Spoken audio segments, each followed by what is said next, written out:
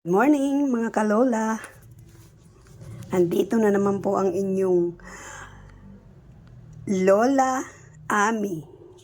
Magluluto po ako ng version ko ng pochero.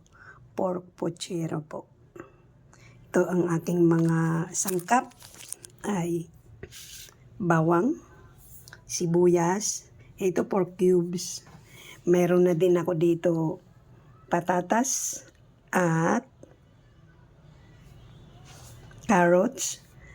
Prinito ko na po ito. Tapos Baguio beans at saka pichay.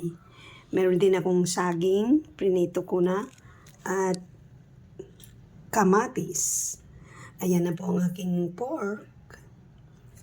Isang kutsa ko na yan. At meron tayong tomato sauce, patis at paminta.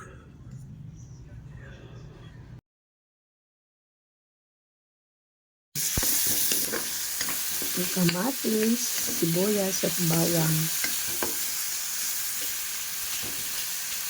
Hintayin natin na kumatas yung kamatis. Madurog siya. Yan. Hinaan natin ng apoy. Takpan natin. Guys, binalik ko na yung pork.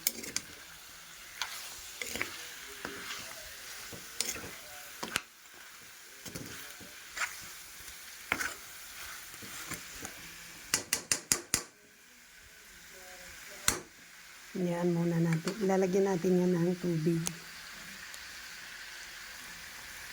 Guys, lagyan ko na siya ng tubig. Hintayin natin siya hanggat lumambot yung baboy. Guys, linagyan ko na siya ng tomato sauce.